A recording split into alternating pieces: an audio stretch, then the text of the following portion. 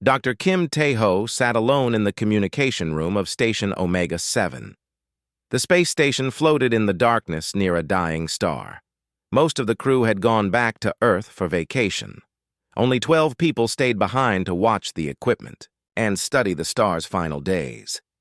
Tae-ho liked working the night shift. It was quiet. He could focus on his research without people asking questions or making noise.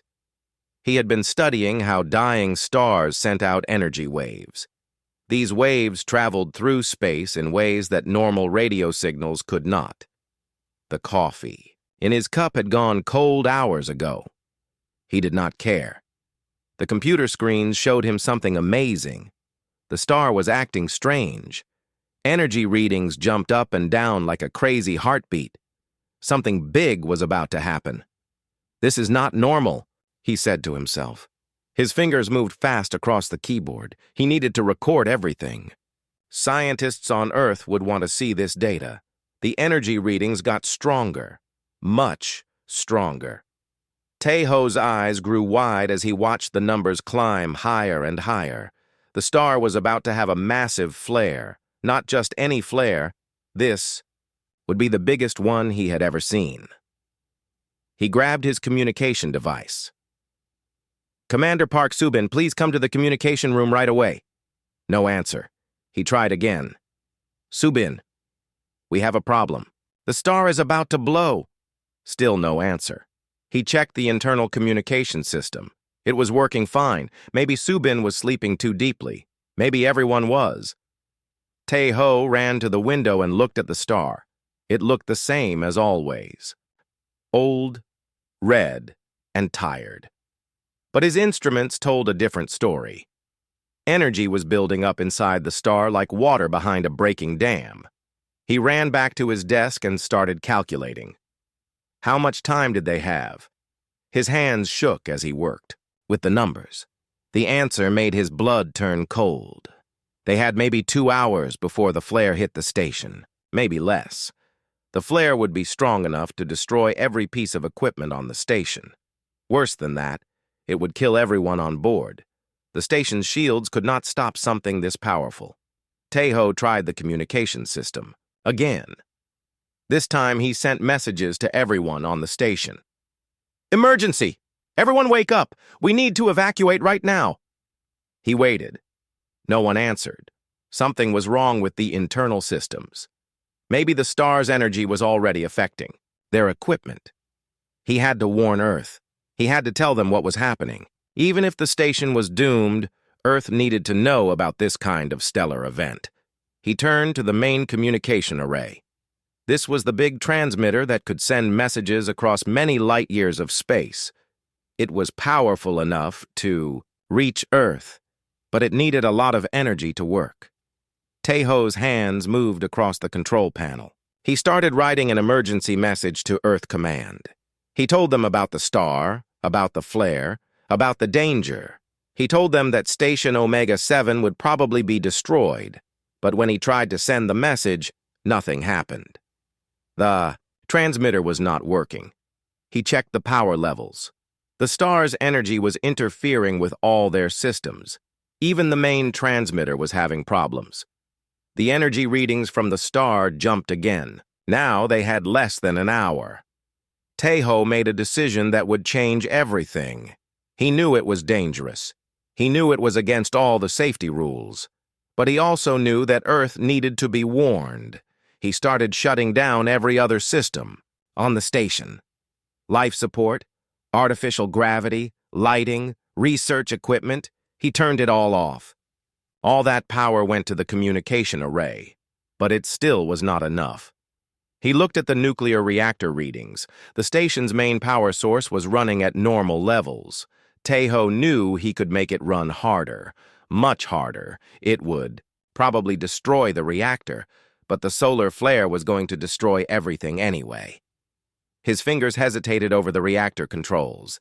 If he did this wrong, the station would explode immediately. But if he did nothing, everyone would die anyway, and Earth would never know what happened. He pushed the buttons. The reactor started producing more power than it was designed to handle. Warning lights flashed red all around him. Computer voices started shouting about dangerous power levels. Tae-ho ignored them all. He directed every bit of that power into the communication array. The transmitter began to glow white-hot. It was using more energy than it had ever used before. More energy than it was supposed to use. Tae-ho sent his message to Earth. But something strange happened. The massive amount of power he was using did not just send the message through normal space. It punched through into something called subspace, a hidden layer of reality that advanced alien civilizations used for faster-than-light communication. The message traveled through subspace like a lightning bolt. It spread out in all directions, growing stronger instead of weaker. The huge amount of energy from the overloaded reactor created something that had never happened before, a subspace pulse that could interfere with any electronic system it touched. Far away from the dying star, thousands of alien ships were traveling through hyperspace. They belonged to the Velkari Empire, and they were on their way to attack Earth. The ships used advanced computers to navigate through hyperspace.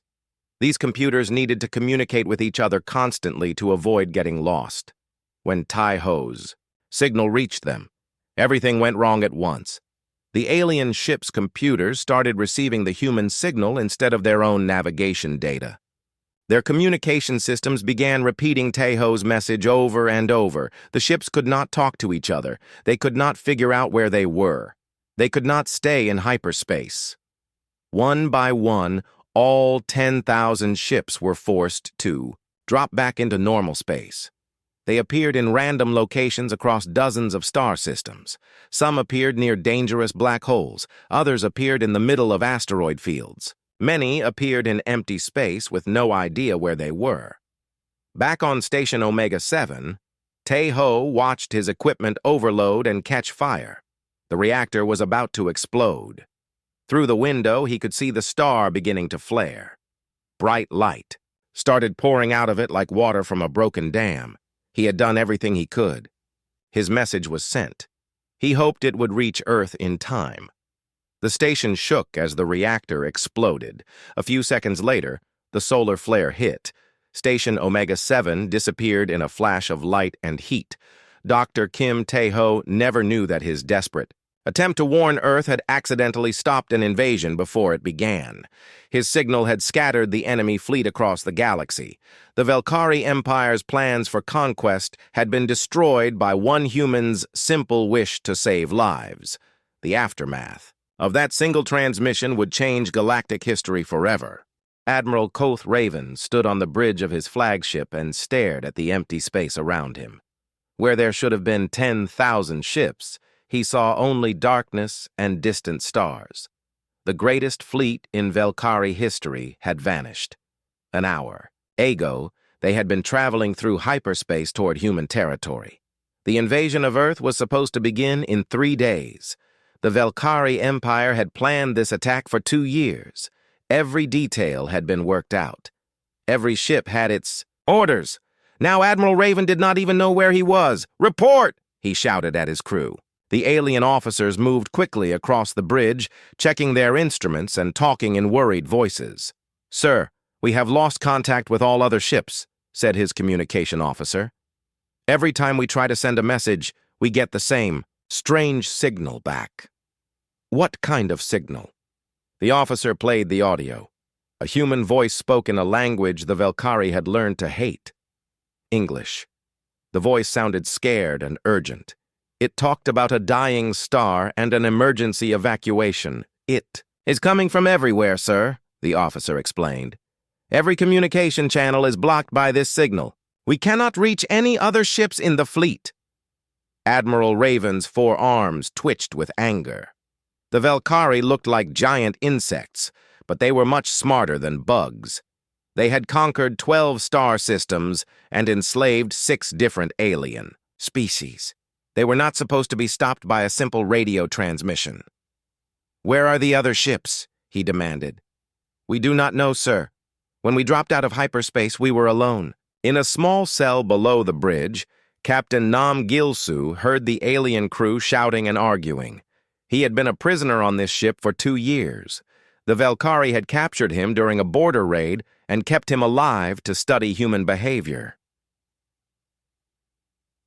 Gilsu understood the Velkari language.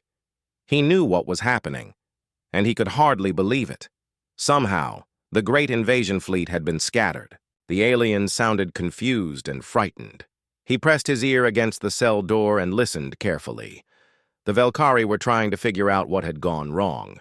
They kept talking about a human signal that was interfering with their equipment. In another cell nearby, Dr. Yoon Hye-jin was having similar thoughts.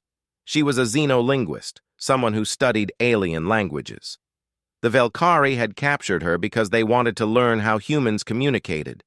Now she was hearing them struggle with a communication problem of their own. "Gilsu," she whispered through the wall between their cells. "Are you hearing this?" "Yes," he whispered back. "Something has gone very wrong with their invasion. That signal they keep talking about, it sounds human. But I have never heard anything like it before." Over the next few hours, more bad news reached Admiral Raven. His long-range sensors detected pieces of Velkari ships floating in space. Some ships had dropped out of hyperspace inside asteroid fields and been destroyed. Others had appeared too close to black holes and been pulled in. The communication officer continued trying to contact other ships. Sometimes he would get a brief response before the human signal blocked it again. From these short messages, Admiral Raven learned that his fleet was scattered across 50 different star systems. "How many ships have we lost?" he asked. "At least 3,000, sir. Maybe more." Admiral Raven slammed his fist on the command console. 3,000 ships destroyed in a single moment, not by enemy weapons or clever tactics, but by some kind of electronic interference that no one understood. "Bring me the human prisoners," he ordered. 2 guards brought Gilsu and Hye-jin to the bridge. They had been prisoners for so long that the aliens did not bother to put chains on them. Where could they run to in the middle of space? "You will explain this signal," Admiral Raven told them in broken English. The Velkari had learned human languages, but they still spoke like machines. Gilsu and Hye-jin listened to the repeating transmission. The voice belonged to someone named Dr. Kim Tae-ho. He was warning about a solar flare and asking for immediate evacuation of something called Station Omega 7. "This is just an emergency message," Hye-jin explained. "Someone was in danger and called for help. How does it stop our ships?" "Admiral," Raven demanded. "I do not know," she admitted. "But I can tell you something strange about it. This signal is not just playing back a recording. It is somehow creating new copies of itself every time your equipment tries to communicate." Gilsu nodded. "It is like the signal is alive. It learns how your systems work and then uses them to spread itself." The Velkari crew exchanged worried looks. They had never heard of anything like this before. Dr. Yoon Hye-jin asked to examine their communication equipment. She was surprised when Admiral Raven allowed it, but she quickly understood why. The Velkari were desperate. Their great invasion had turned into a disaster, and they needed help from anyone who might understand what was happening. As Hye-jin studied the alien technology, she made a discovery that would change everything. The Velkari communication systems worked by sending signals through subspace, the same hidden dimension that allowed faster-than-light travel. But something about the human signal was interfering with subspace itself. "Your Velkari brains create electrical patterns when you think," she explained to Admiral Raven. "These patterns are different from human brain patterns. The signal seems to be designed to work with human thoughts, not yours." "What does this mean?" "It means that human brains might be able to communicate through this interference, but yours cannot." To test her theory, she asked Gilsu to try operating their communication equipment. When he touched the controls, something amazing happened. The human signal did not block him. Instead, it seemed to help him. He could send messages through subspace more clearly than the Velkari ever could. "This is impossible," Admiral Raven said. But it was true. For some reason, human consciousness could work with the strange signal instead of being blocked by it. When Gilsu operated the communication system, they were able to contact 3 other scattered Velkari ships. The news from those ships was not good. One had dropped out of hyperspace near a supernova and was barely escaping the radiation. Another was trapped in a gravity well and could not break free. The third had lost half its crew when it materialized inside an asteroid, but in each case, ships that had human prisoners were doing better than ships that did not. The humans could help navigate through the strange interference. They could operate communication equipment when the Velkari could not. Admiral Raven faced a choice that went against everything he believed. The Velkari saw themselves as the superior race. They conquered other species because they thought aliens were weak and stupid. The idea of needing help from humans was almost impossible to accept, but the alternative was watching his entire fleet die in space. "You will help us regroup the fleet," he told Gilsu and Hyejin. It was not a request. "Why should we help you?" Gilsu asked. "You were coming to attack our home." Admiral Raven's mandibles clicked with frustration. "Because if you do not help us, we will all die out here, including you." It was true. The scattered Velkari ships were lost in dangerous regions of space. Without the ability to communicate or navigate properly, most of them would be destroyed within days. But if they could use human abilities to work with the interference signal, some might survive. Hyejin made the decision for both of them. "We will help you survive, but when this is over, you will take us home." Admiral Raven agreed, though he did not like it. He had no choice. Over the next few days, Gilsu and Hyejin worked with the Velkari crew to contact more ships. They learned that less than half the fleet was still functional. The rest had been destroyed or damaged beyond repair when they dropped out of hyperspace in dangerous locations. But they also learned something else. Other alien species had been watching the Velkari invasion. Some had planned to join the attack once Earth was weakened. Others had been preparing to defend their own territory if the Velkari won. All of those species had seen the mighty Velkari fleet destroyed by a simple human radio signal. Word was spreading across the galaxy that humans had some kind of strange power over subspace communication. Admiral Raven did not know it yet, but his scattered fleet was just the beginning. The signal that had destroyed his invasion was still spreading through subspace, growing stronger every day. Soon, every spacefaring species in the galaxy would face the same choice the Velkari now faced: work with humans, or lose the ability to travel between stars. The age of Velkari dominance was over. The age of human importance had begun. Commander Choi Min-ho had been a prisoner for 18 months, but now the Velkari treated him like an important guest. They gave him a uniform, good food, and a private room. They asked for his help instead of demanding it. The change was so sudden that he did not trust it. "Why should I believe you?" he asked Admiral Raven during their first official meeting. "Because we need each other," the Admiral replied. His translator made his alien voice sound almost human. "Your people have a power we do not understand. Our people have ships and technology. You need to survive in space." Min-ho looked around the bridge of the Velkari flagship. Half the control panels were dark or showing error messages. The great invasion fleet was now just a few hundred damaged ships scattered across space. The proud alien warriors looked tired and confused. "Tell me exactly what happened," Min-ho said. Admiral Raven explained about the signal, the scattered fleet, and the discovery that humans could communicate through the interference.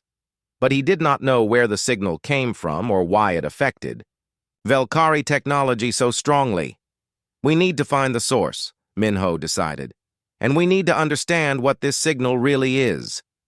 Dr. Ro Soo-young was brought to the bridge next. She had been working as a slave in the ship's engineering section, but now Admiral Raven wanted her scientific knowledge. She was a physicist who had studied subspace before her capture. "Show me your data about the signal," she told the Velkari. "Science officer, The alien computers had recorded everything that happened when the fleet was scattered.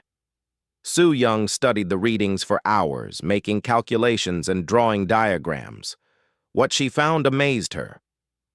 "This is not just radio interference," she announced. "This signal is actually changing the structure of subspace itself." She explained her discovery to the mixed group of humans and Velkari. When most species sent signals through subspace, the messages traveled from point A to point B and then faded away. But the human signal was different. Instead of fading, it was creating permanent changes in subspace. "Think of subspace like water," she said. "Normal signals are like throwing a stone into water. You get ripples, but then the water becomes calm again. But this human signal is like pouring oil into water. It spreads out and stays there." Dr. Yoon Hye-jin had been studying the communication equipment with Gil-Su and other human prisoners. She had made her own discovery. "The signal is not random," she reported. "It has patterns that match human brainwave frequencies. Our thoughts naturally create electrical activity that resonates with these patterns." "What does that mean?" Admiral Raven asked.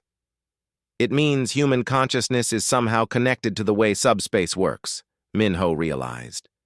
"That is why we can communicate through the interference and you cannot." The Velkari crew looked at each other with expressions that might have been fear or amazement. They had always believed their species was the most advanced in the galaxy.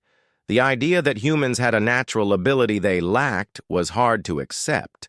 But the evidence was clear. Every attempt to contact other ships worked better when humans operated the equipment. Navigation through hyperspace was easier with human crew members. Even basic repairs went faster when humans helped with the work. "We need to trace this signal back to its source," Su Young said. "If we can understand where it came from, maybe we can understand why it affects us differently." The investigation team included both humans and Velkari. They used the flagship's damaged sensors to track the signal backward through subspace. It was difficult work because the signal was still growing and changing. But after 3 days of searching, they found the origin point. "There," Su Young pointed at the star chart. "The signal came from this star system.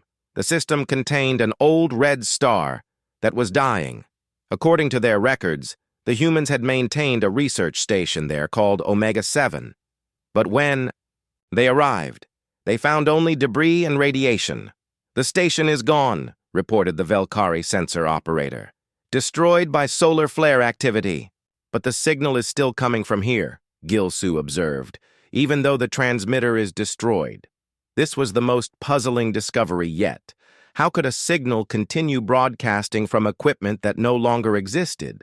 Dr. Ro Su-young spent hours analyzing the readings around the destroyed station. Finally, she called everyone together to share what she had learned. "The original transmission was so powerful that it tore a hole in subspace," she explained. "The signal is not coming from the station anymore. It is coming from subspace itself." She showed them her calculations. When Dr. Kim Tae-ho had overloaded his communication equipment, he had created more than just a strong signal. He had actually damaged the fabric of space-time in a small area. That damage was now spreading outward like cracks in glass. "The cracks follow patterns that match human neural activity," she continued. "Every time a human brain is active near the cracks, they grow larger and stronger." "How far will they spread?" Admiral Raven asked. Su Young's answer made everyone silent. "Based on current expansion rates, the interference field will cover most known hyperspace routes within 5 years. Eventually, it might affect the entire galaxy." The implications were staggering. If the field continued to grow, every spacefaring civilization would face the same problem the Velkari were having now. Ships would only be able to navigate hyperspace safely with human crew members aboard. "This changes everything," Minho said quietly. He was right. The humans had accidentally created a situation where their species would become essential to galactic civilization, not because they were conquered or enslaved, but because they were the only ones who could work with the new conditions in subspace. Admiral Raven understood this too. His empire had planned to conquer humanity and use them as workers and soldiers. Now it looked like the Velkhari would need to negotiate with humans as equals, maybe even as the more important partners. "What do we do now?" he asked. "We need to contact Earth," Minho decided. "They need to know what is happening, and they need to prepare for contact with other alien species who will have the same problems you are having." But contacting Earth was not simple. The interference field was strongest near its origin point. Even with human operators, sending a clear message across several star systems would be difficult. They tried for 2 days without success. The signal kept breaking up or being drowned out by the original emergency message that was still repeating endlessly through subspace. Finally, Dr. Yoon Hye-jin had an idea. What if we do not try to send through the interference? What if we use it? She worked with the Velkhari communication officers to modify their equipment. Instead of fighting against the human signal patterns, they designed their message to ride along with them. The emergency message from Dr. Kim Tae-ho became a carrier wave for their own transmission. It worked. Their message reached Earth Defense Force headquarters 3 days later. The response from Earth was immediate and dramatic. A rescue fleet was dispatched to help any human prisoners in the area. But more importantly, Earth's government began, preparing for a new era of galactic politics.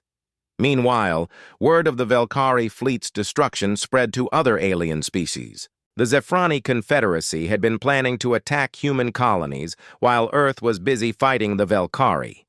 Now they canceled those plans and began studying the interference phenomenon themselves. The Crystal Kingdoms had always avoided contact with other species. But when their own ships started experiencing navigation problems, they realized they could not stay isolated anymore. Dozens of other alien civilizations began reaching the same conclusion. The galaxy was changing, and humans were somehow at the center of that change. Back on the Velkhari flagship, Admiral Raven met privately with Commander Choi Min-ho. "My empire will not forgive this defeat," the Admiral said. "They will blame me for failing to conquer your species. What will you do?" "I will tell them the truth, that we cannot conquer a species we need to survive, that the age of conquest is ending, and the age of cooperation must begin." Minho nodded. "It will not be easy for either of our peoples to accept this change." "No," Admiral Raven agreed. "But the alternative is watching galactic civilization collapse as hyperspace travel becomes impossible for everyone except humans." Neither of them knew it yet, but representatives from a dozen alien species were already on their way to Earth. The first galactic summit in history was about to begin, and humanity would find itself thrust into a leadership role they had never wanted and were not prepared for. The signal from Dr. Kim Tae-ho continued to spread through subspace, carrying with it the seeds of a new galactic order.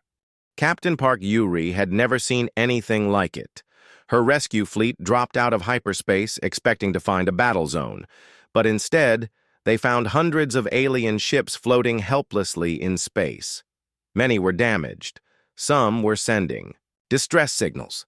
Others sat dark and silent. "What happened here?" asked her second-in-command, Lieutenant Bae Jin-woo.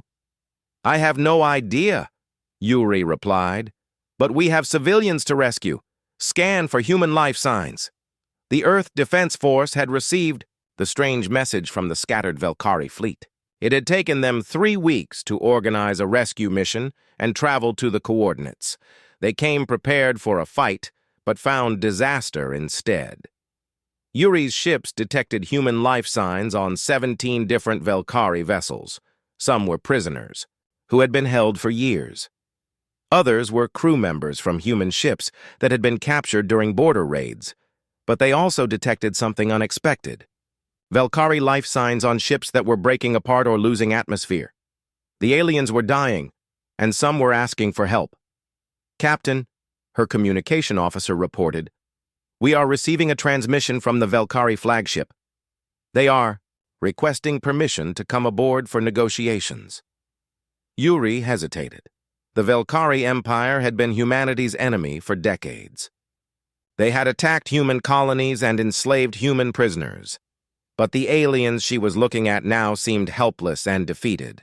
Allow them to dock, she decided, but maintain full security. Admiral Koth Raven and Commander Choi Minho came aboard together. Yuri was surprised to see a human officer working with the alien leader. Minho quickly explained what had happened to the invasion fleet. "A single human signal did all this?" Yuri asked in disbelief. "Not just any signal," Minho explained. "Something that has changed the way subspace works. We think it came from Research Station Omega-7. Yuri felt a chill. She had known people who worked on that station.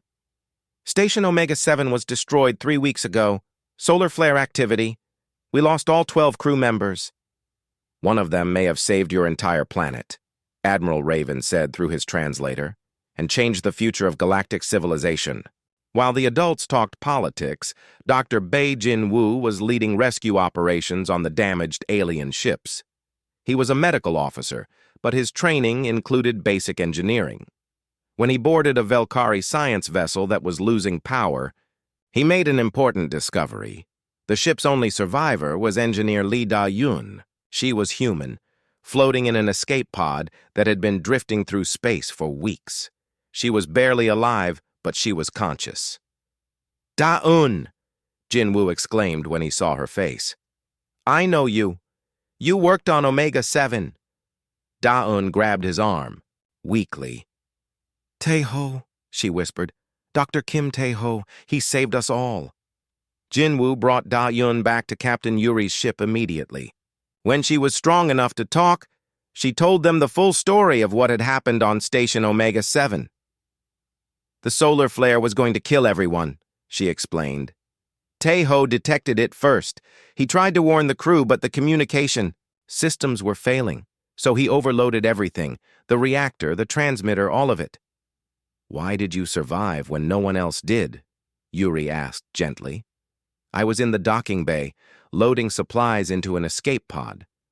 When the reactor exploded, the blast threw my pod clear of the station. I watched everything burn." Da-yoon's voice shook with emotion. "Tae-ho died trying to warn Earth about the solar flare. He never knew he had stopped an alien invasion." Dr. Ro Soo-young examined the data that Da-eun had saved from the station's computers.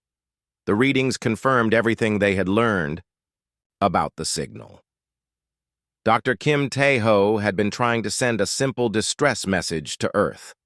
But the massive amount of power he had used created something completely unexpected.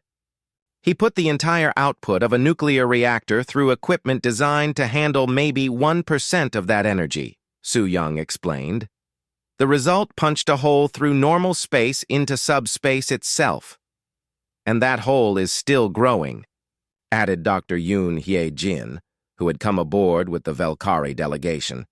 They all studied the latest sensor readings. The interference field was now affecting hyperspace routes across 3 sectors. Ships from other alien species were starting to experience the same problems the Velkari had faced. "How long before it affects the whole galaxy?" Captain Yuri asked. "Based on current expansion rates, maybe 10 years, Soo-young answered. "But it could be faster. Every time humans use subspace communication or hyperspace travel, the field seems to grow a little more." Lieutenant Bei Jin-woo raised an important question. "What about the aliens who do not have any human crew members?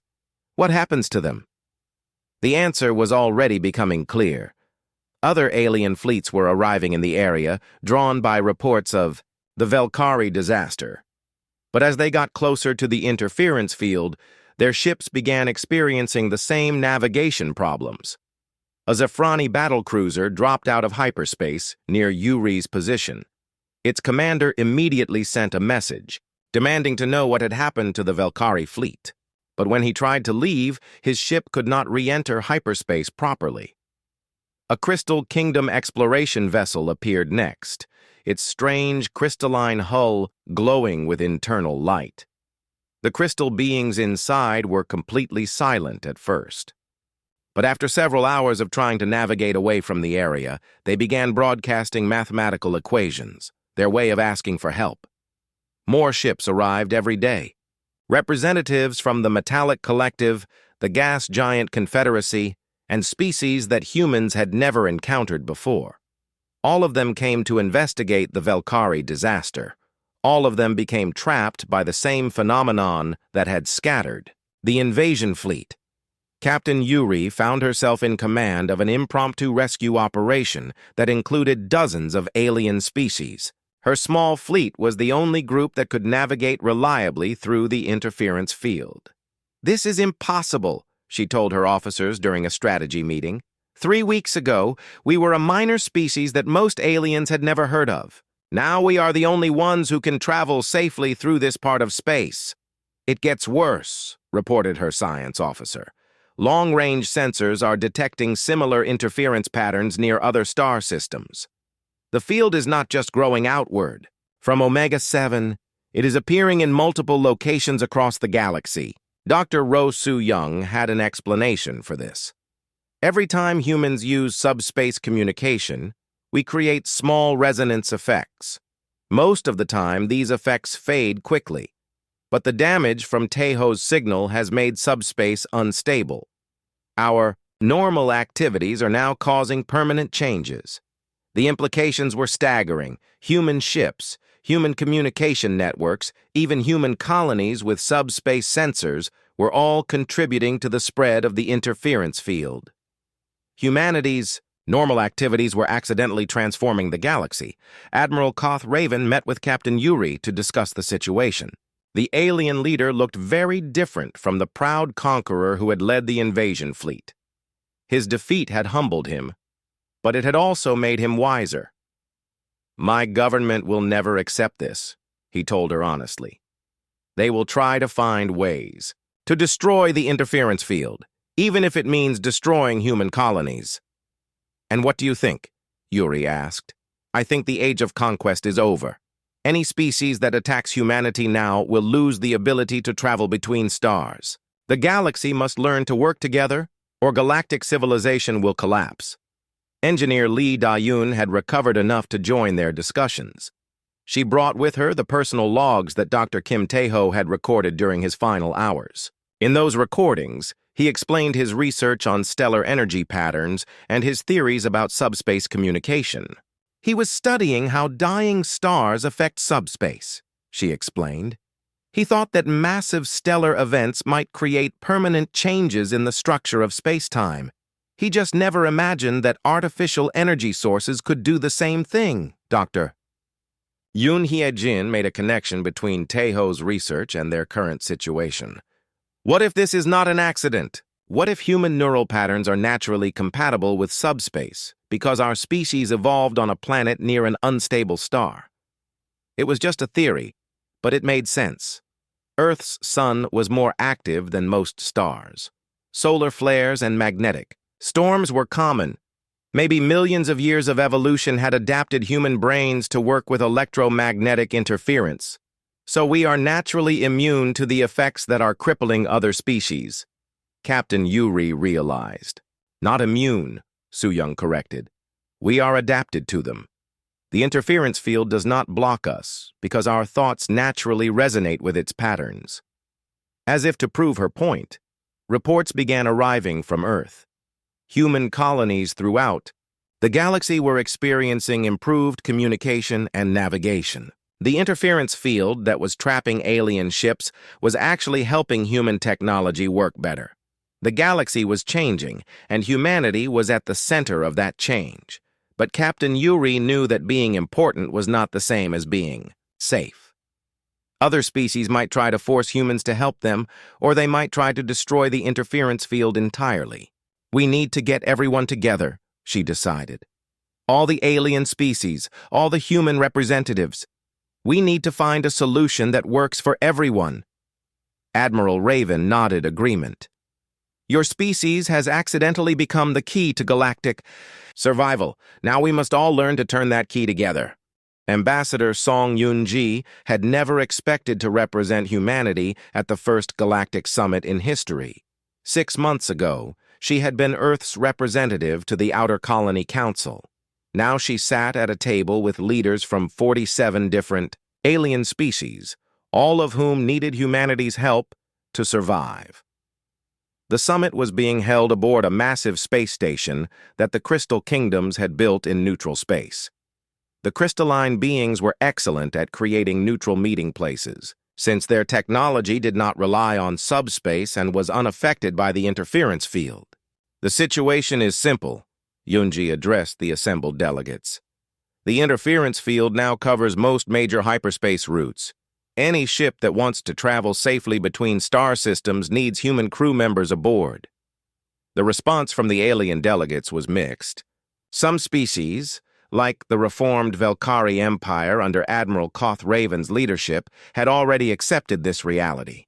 Others were still angry about losing their independence. "This is unacceptable," declared the speaker for the Metallic Collective. His robot body gleamed under the station's lights. "Our civilization has traveled the stars for 10,000 years. We will not be held hostage by one primitive species." "With respect," replied Captain Park Yuri, who was serving as Yunji's military advisor, "you are already being held hostage by physics. We did not create this situation on purpose." Dr. Yoon Hye-jin presented the latest scientific data to the assembly. The interference field was still growing, but the rate of growth was slowing down. It would eventually cover the entire galaxy, but it would take centuries rather than decades. "We have time to adapt," she explained, "but we need to work together. No single species can solve this problem alone." The debates went on for weeks. Some species wanted to research ways to destroy the interference field. Others wanted to force humans to provide crew members for their ships. A few suggested that all spacefaring species should abandon hyperspace travel entirely and use slower methods. But gradually, a consensus began to emerge. The galaxy had two choices: learn to work with the new conditions or watch interstellar civilization collapse. Ambassador Song Yoon-ji worked tirelessly to build support for what became known as the Omega Accords. The agreement was named after the research station where Dr. Kim Tae-ho had made his fateful transmission. The Accords established several key principles. First, no species could be forced to provide crew members against their will. Humans who wanted to work on alien ships would volunteer freely and be paid fairly for their services. Second, all species would share their knowledge about subspace physics and hyperspace navigation. The goal was to understand the interference field better and possibly find ways to work with it more efficiently. Third, the use of hyperspace weapons was banned. Any attempt to weaponize the interference field or use it to attack other species would be considered an act of war against all signatory species. Finally, Earth would serve as the neutral ground for future galactic diplomacy. Since human space was the safest place for ships from all species to gather, it made sense to hold important meetings there. Former Admiral Koth Raven played a crucial role in convincing other military leaders to accept the Accords. His own experience with the scattered fleet had taught him that cooperation was more effective than conquest. "I used to believe that strength came from dominating others," he told the assembly. "Now I understand that true strength comes from working together toward common goals." Not everyone was convinced. The Zephrani Confederacy walked out of the summit, declaring that they would find their own solution to the hyperspace problem. Several other species also refused to sign the Accords, but most of the major galactic powers agreed to try the new system. The benefits became apparent almost immediately. Human volunteers began serving aboard alien ships as navigation specialists and communication officers. In return, alien scientists shared advanced technologies with Earth.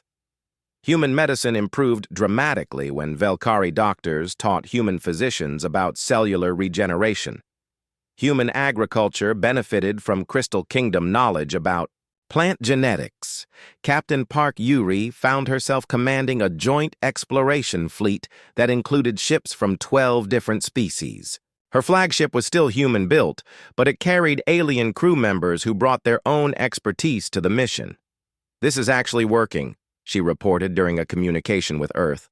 The mixed crews are more effective than any single species crew could be. Dr. Ro Su-young had become the galaxy's leading expert on subspace interference. Her research station, built near the original Omega-7 site, was staffed by scientists from 20 different species. They were making discoveries about the nature of space-time that no single species could have achieved alone. We have learned more about subspace in 6 months than most species learned in centuries, she reported to the Galactic Council. The interference field is not just a problem to be solved. It is a tool that can help us understand the universe better. But not all the changes were positive. Some alien species tried to exploit the new system. Pirates began capturing human crew members and forcing them to work as navigation slaves. A few rogue governments attempted to clone humans in order to create a captive workforce. The Galactic Council responded quickly to these abuses. Joint enforcement fleets, led by human officers but crewed by multiple species, hunted down the pirates and freed the captives. Clone facilities were shut down, and the accords were amended to include stronger protections for human rights. Engineer Lee Da-eun had become something of a celebrity throughout the galaxy. As the sole survivor of Station Omega-7, she was one of the few people who could tell the story of Dr. Kim Tae-ho's heroic sacrifice. She traveled from world to world, speaking to mixed audiences about the importance of cooperation and understanding. Tae-ho never wanted to change the galaxy, she would tell her audiences. He just wanted to save his friends and warn Earth about a solar flare. But his willingness to sacrifice everything for others started a chain of events that brought us all together. A monument was built at the site where Station Omega-7 had been destroyed. Representatives from every signatory species contributed materials and labor. The memorial bore Dr. Kim Tae-ho's name in 47 different languages, along with a simple message. His voice united the stars. Not everyone was happy with the new galactic order. The Zephrani Confederacy had tried to build their own hyperspace network, but it failed catastrophically when it encountered the expanding interference field. Several Zephrani worlds were cut off from each other and had to request help from the Galactic Council. Some human groups were also unhappy. They felt that Earth was giving away too much to alien species and not getting enough in return. A few extremist organizations tried to sabotage joint operations, claiming that humans should use their newfound importance to dominate other species. But these problems were outweighed by the benefits. Trade between species increased dramatically as mixed crews made interstellar commerce safer and more efficient. Scientific discoveries accelerated as researchers from different species shared their knowledge. Cultural exchange flourished as beings from different worlds learned to work and live together. Ambassador Song Yunji found herself busier than ever. The Galactic Council met monthly now, and there were always new issues to resolve. Territorial disputes, trade agreements, technology transfers, and cultural misunderstandings all required careful negotiation. Sometimes I wonder what Dr. Tae-ho would think of all this, she confided to Captain Yuri during a break between meetings. I think he would be amazed, Yuri replied, and probably a little overwhelmed. He was just a scientist trying to do his job. He never expected to become the most important person in galactic history. The interference field continued to spread, but its effects were becoming more predictable. Ships with human crew members could navigate through it safely. Communication. Networks that included human operators worked more efficiently. Even planetary defense systems worked better when humans helped design and operate them. 5 years after the original transmission, the galaxy had become a very different place. Wars between species had become nearly impossible since no military fleet could operate effectively without human crew members, and humans, being generally peaceful, tended to discourage aggressive actions. Trade and cooperation had replaced conquest and exploitation as the primary means of interaction between species. The Galactic Council had grown into a true interstellar government, with Earth serving as the capital world. Dr. Kim Tae-ho's desperate attempt to warn Earth about a solar flare had accidentally created the foundation for galactic peace. His signal continued to pulse through subspace, a permanent reminder that sometimes the most important changes come from the simplest acts of heroism. The galaxy was still full of challenges and dangers. New species were being discovered regularly, and they all had to learn to work within the new system. Pirates and criminals still caused problems. Political disputes still arose between different governments, but the age of galactic warfare was over. No species could afford to fight when they all depended on each other for survival. The interference field that had once seemed like a disaster had become the foundation for the most peaceful era in galactic history.